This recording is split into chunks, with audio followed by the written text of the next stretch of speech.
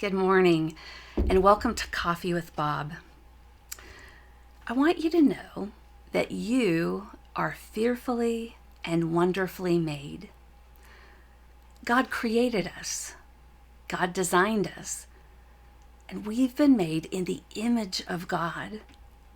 And our bodies are amazing.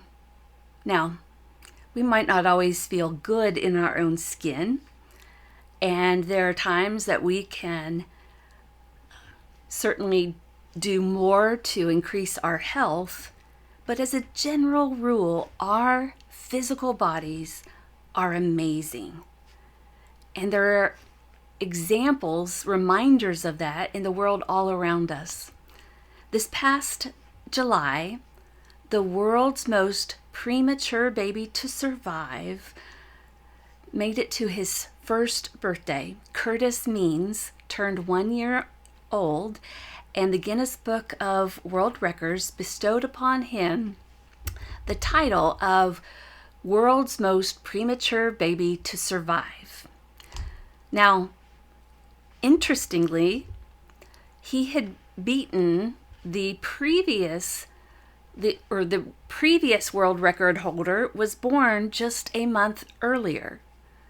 So he was younger in his premature age, but he had beat the previous record holder by just a month. Prior to that, the world's most premature baby to be born and survive was born over 30 years prior. It was James Edward Gill in Canada, and he was born in 1987. In 1988, at his first year birthday, he was awarded the title, World's Most Premature Baby to Survive. It would be over 30 years before the next one was born in June of 2020. And then in July of 2020, that record was beaten, and those awards were given this past summer when the boys turned a year old.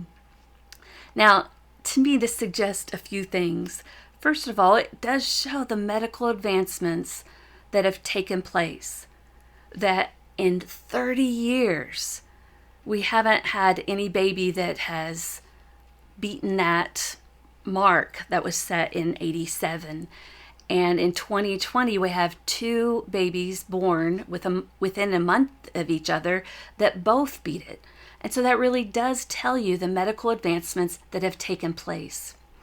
But when we talk about these medical advancements, all three of these babies are separated in age by less than 7 days.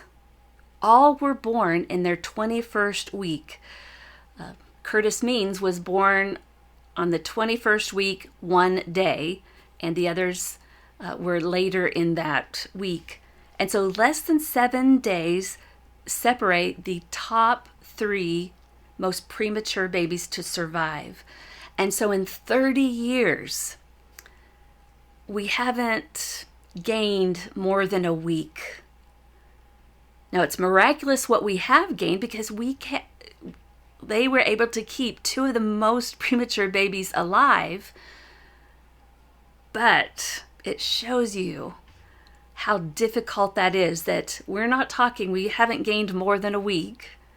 No baby has been born at the 20-week mark and survived.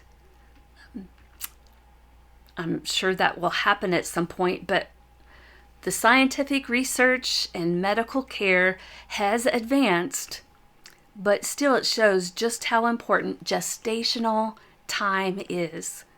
And so the most advanced and well-equipped NICU in the world still doesn't hold a candle to a woman's caring of her own child. That environment that God created in a woman to carry a child, still hands down the best way for the baby to develop.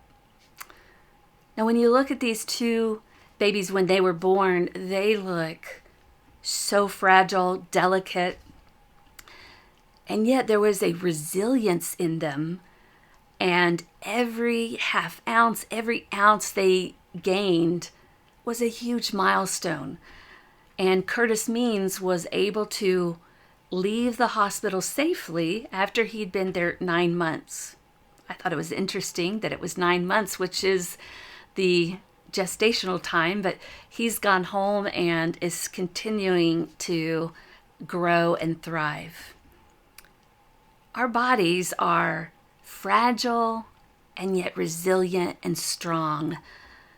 We can beat the most technically advanced scientific NICU that has ever that you could ever find in the world by a woman's womb, wherever, any woman's womb. I mean, it just kind of boggles the mind how God has created us.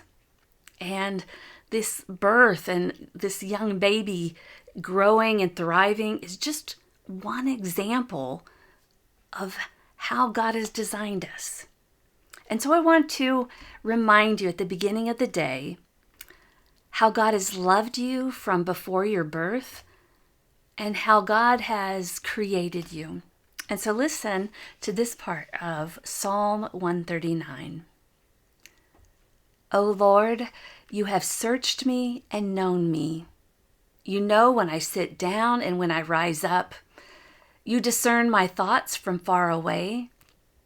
You search out my path and my lying down, and are acquainted with all my ways. Even before a word is on my tongue, O Lord, you know it completely. You hem me in, behind and before, and lay your hand upon me. Such knowledge is too wonderful for me. It is so high that I cannot attain it.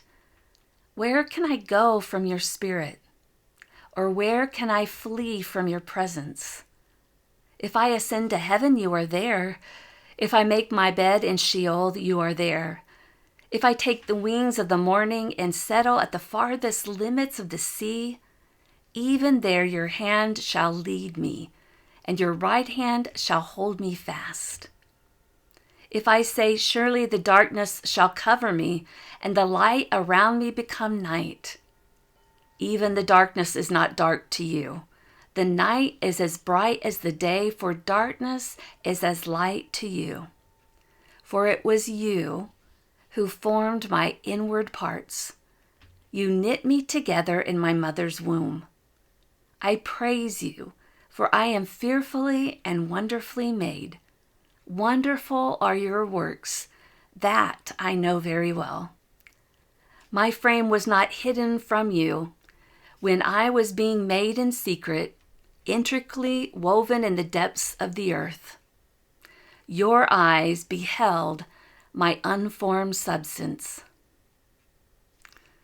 You are fearfully and wonderfully made. Know that God created you. And today, work to be the person God created. I hope you have a wonderful day, and I'll see you tomorrow morning.